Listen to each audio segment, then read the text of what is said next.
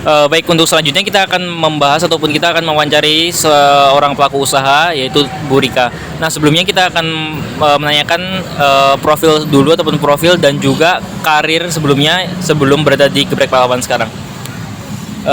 Untuk sebelumnya, terima kasih untuk Bu Rika telah memberikan kesempatan saya untuk mewawancarai di momen kali ini untuk menyelesaikan tugas psikologi Pak Egan pada tanggal 17 Desember 2025. Nah, untuk Bu Rika bisa diperkenalkan dulu namanya siapa? Rika Amelia Sari. Baik, untuk Bu Rika sendiri mungkin karir sebelum di Geprek Pahlawan tuh di mana saja, Bu ya? Mungkin yang sudah dijelaskan sebelumnya tadi, Bu Rika sudah jenjang karirnya sudah berada di penerbangan dan bersekolah ataupun berpendidikan di Trisakti di Jakarta. Mungkin dari Ibu sendiri bisa menjelaskan lebih detail apa sih ya sebelumnya pekerjaan Ibu ataupun karir Ibu sebelumnya sebelum di Geprek Pahlawan ini sebagai pengusaha. Sebelumnya saya memang sebagai pegawai swasta ya. Dari 2002 karena saya dari awal sekolah itu basicnya sudah di manajemen transportasi udara. Jadi ya saya bergerak di bidang penerbangan. Jadi awal karir saya itu di PT Pelita Air sebagai sales ticketing ya di bandara, kurang lebih hampir 4 tahun ketika PT Pelita Air memutuskan untuk menghentikan regular flight-nya, secara otomatis kami yang berada di regular flight itu kita keluar ya, maksudnya selesai kontrak. Terus saya melanjutkan di PT Transnusa Aviation Mandiri. Transnusa ini bergerak juga sama di bidang penerbangan, tapi yang punya home base-nya di wilayah Nusa Tenggara Timur, tepatnya di Kota Kupang. Nah, dari Transnusa ini sebenarnya rute-rute yang dijalankan adalah rute-rute sebelumnya saya di Pelita Air. Jadi sebenarnya saling kontinu. Rute yang sebelumnya terus masuk di PT Transnusa Aviation. Di Transnusa saya bekerja sekitar 12 tahun. Nah, ketika Transnusa memutuskan untuk diambil alih dengan investor yang baru, saya putuskan untuk pindah ke Sriwijaya Air Group. Nah, pada saat pindah ke Sriwijaya Air Group, 2 tahun setelah itu pandemi kan, mulain pandemi kemarin itu, jadi dunia penerbangan ini mulai ada seperti ya guncangan lah ya, semua usaha, nggak cuma di airline aja tapi di penerbangan ini tuh sangat-sangat berpengaruh. Nah, akhirnya saya memutuskan untuk membuat satu usaha dulu sebelum saya masuk ke dunia F&B. Jadi saya bikin usaha kargo yang notabene customer kita di awal adalah kita pengiriman BTS ke seluruh Indonesia. Nah, berjalannya waktu karena posisi saya saat itu sedang tidak aktif di PT Sriwijaya Air Group, saya menambah bisnisnya dengan mendirikan membeli franchise ya, karena Geprek Pahlawan ini kan franchise ya. Karena saya berhitung bahwa dunia kuliner adalah dunia yang tidak pernah berhenti, karena orang makan itu tidak pernah berhenti. Nah, jadi saya beli franchise di Geprek Pahlawan. Saya sebagai investor di sini, otomatis saya mengelola juga dari Geprek Pahlawan ini, gitu. Sampai dengan sekarang. Jadi saat ini saya masih aktif di penerbangan, tapi saya juga mengelola bisnis franchise di Geprek Pahlawan ini. Baik, mungkin dari Ibu sendiri tadi yang sudah menjelaskan tentang awal karir yang dimana sepanjang karir Ibu selama mungkin 10 tahun lebih berkecimpung di dunia penerbangan, dan 2 tahun terakhir ini mungkin memasuki di dunia F&B yang dimana Ibu sendiri tuh mungkin ada kurang itu mungkin masih dalam pembelajaran dalam hal belajar untuk mungkin dari seorang pengusaha, yaitu untuk belajar dari dunia F&B yang dimana itu kan sangat-sangat bertolak belakang dengan karir Ibu sebelumnya. Nah, di sini saya memiliki ada 3 pertanyaan untuk Ibu. bagaimana sih dari profil ibu yang penerbangan, sebelum penerbangan berkecimpung di dunia penerbangan dan sekarang ke F&B yang dimana sekarang masih berfokus ke dua hal tersebut. Nah, dari pertanyaan ini, suka duka apa sih menjadi pengusaha yang dimana ibu sekarang mengelola suatu usaha di sini di Geprek Pahlawan? Mungkin ada suka dukanya, kayak sepinya atau ramenya omset yang diterima itu mungkin kurang memuaskan. Dari ibu sendiri itu bagaimana dalam menghandle ataupun dalam menghadapi suka duka yang terjadi di Geprek Pahlawan ini? Kalau suka dukanya kita berbisnis F&B ini sebenarnya sukanya itu kalau pas lagi weekend, pas lagi liburan itu pasti rame ya. Tapi ya alhamdulillah sih pemilihan tempat itu adalah sangat-sangat hal yang utama ya. Ya, jadi pada saat kita menentukan untuk kita berbisnis F&B, ya ini pesan untuk siapapun pengusaha yang akan baru memulai ya, bahwa pemilihan tempat itu sangat-sangatlah berpengaruh ya. Contohnya kayak outlet kami yang di Wage ini itu sangat-sangat berpengaruh ya. Alhamdulillah kita juga bersyukur bahwa di sini adalah sarang semut ya. Jadi di mana lokasi ini tuh dikelilingi oleh perumahan-perumahan. Jadi sukanya bahwa positifnya kita masih dapat tempat yang positif ya ke depannya, potensialnya tuh ada.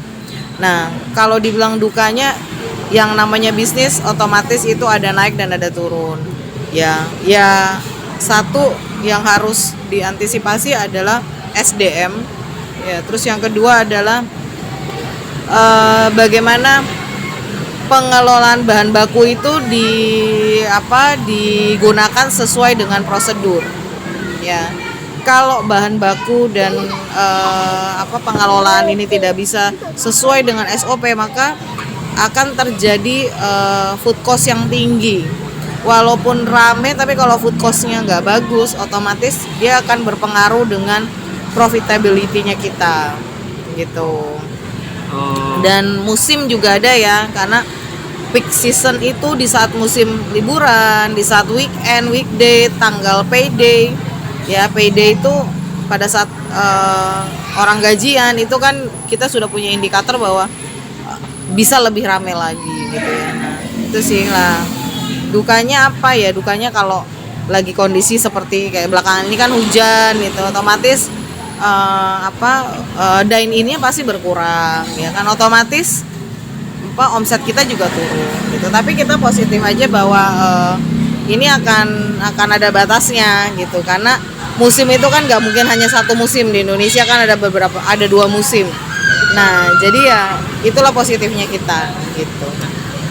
Baik, nah, dari yang ibu jelaskan tentang suka duka yang menjadi pengusaha, antara lain mungkin dukanya bisa dikarenakan dengan food cost yang tinggi, dengan tidak ada korelasi, maksudnya korelasinya mungkin dari food cost yang tinggi tidak mencapai dengan profitnya di perusahaan, dan juga mungkin bisa kita lihat dari bahwasanya kalau bisa F&B ini mungkin dengan musim hujan dapat mengurangi konsumsi ataupun mengurangi pengunjung yang ada di Geprek Pahlawan. Nah, selain itu juga mungkin ibu dapat menjelaskan tantangan-tantangan apa sih tantangan seperti apa yang ibu hadapi khususnya di Geprek Pahlawan ini, yang dimana yang dijelaskan tadi dengan adanya musim itu menjadi sepi, dan juga dengan food cost ataupun mungkin barang-barang yang tidak terjual atau barang-barang yang mungkin tidak laku untuk dijual, tapi ibu menanggung resikonya. Nah, selain itu juga tantangannya apa lagi ya Bu ya?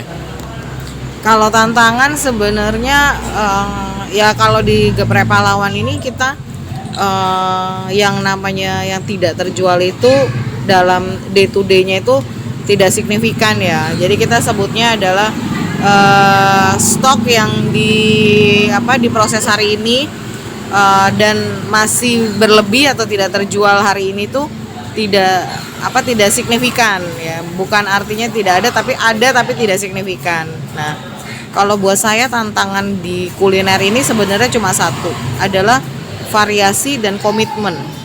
Komitmen itu komitmen rasa, kebersihan, ya kan? Nah, itu tuh harus dijaga gitu.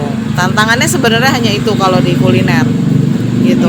Mungkin tantangannya itu agak sepele, tapi dalam pengaplikasian ataupun dalam operasional dalam usahanya itu susah sekali untuk dilaksanakannya. Betul. Jadi kalau kita usaha kuliner, kita coba untuk menjadi dalam sisi customer ya. Customer itu kalau makan harus menunggu juga nggak mau. Yang kedua adalah tempatnya bersih atau enggak, ya kan. Terus rasanya sama atau enggak. Kadang-kadang awal-awal buka mungkin rasanya enak, terus kebelakangan kalau tidak dikontrol atau quality control kita tidak jalan, otomatis rasa itu akan berubah. Nah itu yang akan mempengaruhi tingkat pembeliannya customer ya, dan itu akan sangat-sangat pengaruh sekali dengan omset dan profit, target dari profit kami di sini itu. Baik, last but not least, nomor 3, karakter apa yang perlu dibangun sebagai pengusaha? Mungkin karakter-karakter yang mungkin treat yang bisa dibangun seorang pengusaha, yang dimana ibu sekarang kan mungkin sudah berpengalaman lah dalam hal pergeprekan ini selama 2 tahun. Apa sih yang bisa diajarkan oleh ibu sendiri? Karakter apa yang bisa di-share kepada khalayak umum, khususnya pada mahasiswa kewirausahaan dalam kedepannya membangun suatu usaha? Kalau menurut saya harus seperti apa sih kalau pengen jadi pengusaha? Mungkin dalam hal karakter, dalam hal mentalitas untuk bisa membangun ataupun bisa membangun mental agar kedepannya kalau misalnya mahasiswa tersebut ataupun pengusaha tersebut, calon pengusaha tersebut bisa sukses ataupun bisa menjalankan usahanya dengan benar dan baik. Yang pertama adalah seorang pengusaha itu wajib punya mental tidak takut, ya. Jadi tidak takut rugi, ya, tidak takut dengan tantangan, gitu. Karena dengan tidak takut ini maka usahanya akan bisa berjalan. Kalau pengaturan secara finansial, pengaturan secara teknis itu adalah teknis ya. Jadi itu bisa diatur dengan secara berjalannya waktu. Tapi kemampuan kita untuk bisa berani itu yang harus dimiliki dulu oleh pengusaha. Kadang-kadang pengusaha itu berpikirnya adalah untungnya dulu. Padahal sebenarnya kalau saat usaha itu 1 sampai dengan 5 tahun, ya yang namanya usaha pasti akan naik turun. Nah itu yang harus dimiliki dulu sama semua calon pengusaha ataupun pengusaha yang saat ini sudah berjalan. Jadi bukan berarti usaha kita itu kita tuh tidak bisa usaha ya, tapi kita bisa usaha asalkan kita punya kemauan dan kita punya passion di situ ya. Kalau passionnya kita masih sebagai seorang karyawan dan dipaksakan untuk menjadi pengusaha, itu akan berat sekali.